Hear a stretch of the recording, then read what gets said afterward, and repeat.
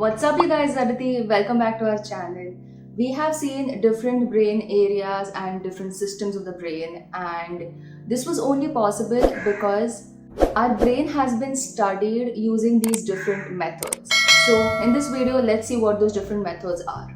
So, one way to study the brain and the functions of the brain is to study the animals and humans' brain areas that are damaged. Now, in animals, it means that the researchers will deliberately damage a specific brain area and then they will test their abilities and behavior.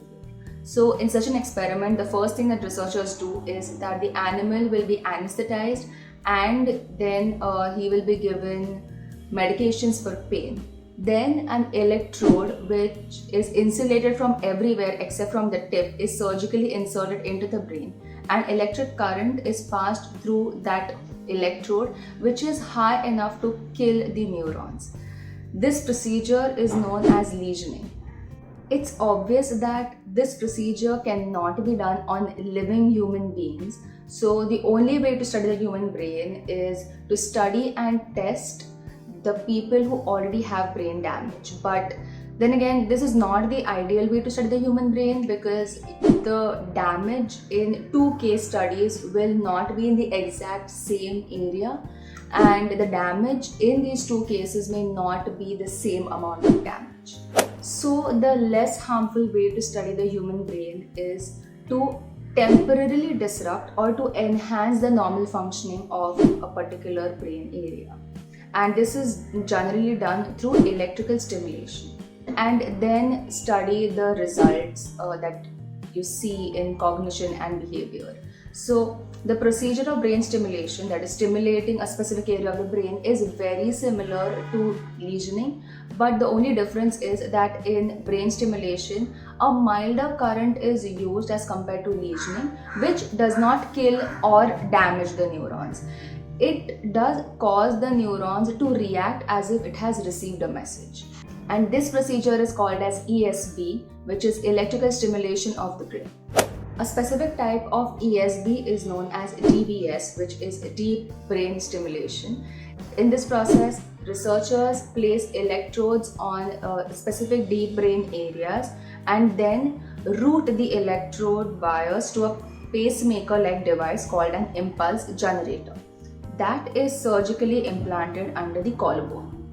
The impulse generator then sends impulses to the implanted electrodes that stimulates these specific brain areas of interest. DBS is widely used as a treatment of Parkinson's disease.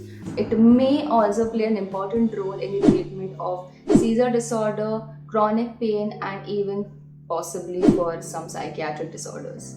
Now, DBS is an invasive technique. So, all invasive techniques are used only after ruling out all the non-invasive techniques. So, when non-invasive techniques have deemed ineffective or whose side effects have been deemed undesirable, that's when DBS is used. DBS is used as a treatment of anorexia nervosa, which is one of the eating disorders in individuals, when all the other treatments have been ineffective. Now, DBS is also used in other cases where the researchers want to see how DBS affects various areas in the brain, like memory and even mood. Now, DBS uses electricity. So there is this other technique which is new and fast developing called as optogenetics, which is very similar to DBS, but instead of using electricity, it uses light. Now, all these techniques that we just spoke about were invasive techniques. So now let's look at the non-invasive ones. So one such that I can think of is TMS, which is transcranial magnetic stimulation, in which magnetic pulses are applied to the cortex using special copper wire coils that are positioned over the head, and the result we get is these magnetic fields. So these magnetic fields stimulate neurons in the targeted area of the cortex. Now, when these pulses are administered in a repetitive fashion, we get this longer lasting results. So this is what is referred to as a repetitive TMS or RTMS.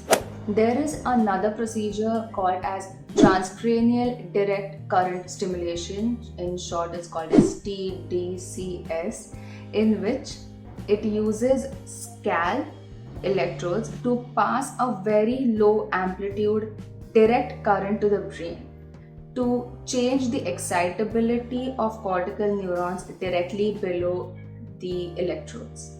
Now, such kind of stimulation may enhance the functioning of the brain and it may also impair the others. So to give you an example, if a person is counting from 1 to 10 and if this electrode stimulates a particular area of the motor cortex, then this person's speech would be disrupted.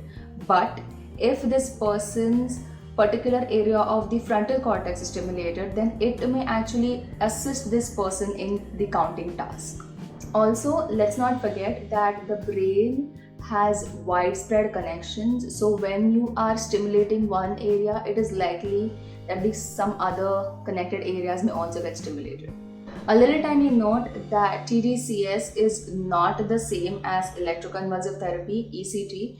In ECT, a much higher level of current is given to the whole brain, which causes grand mal seizure and causes changes in the brain chemistry that are associated with depression. Both TDCS and RTMS are being evaluated as a way to learn more about cognition, like memory retrieval and decision making, and they're also being evaluated to be used as a treatment option in many psychological disorders including PTSD, depression, and even in physical disorders that are caused due to suffering from a stroke. Now, the methods I spoke about in today's video, they actually give us information about the brain and the behavior, but they do not allow us to know what is actually going on in the brain. That's when the various neuroimaging techniques come in, which we will talk about in part 2 of this video. So first, give this video a big thumbs up, comment down below what other videos you want me to do, subscribe to this channel for next week's video, and join the community. Hit the bell notification so you will be notified every time I post a new video. I'll see you next Friday with another psychology video. Systems of the brain, and this was only possible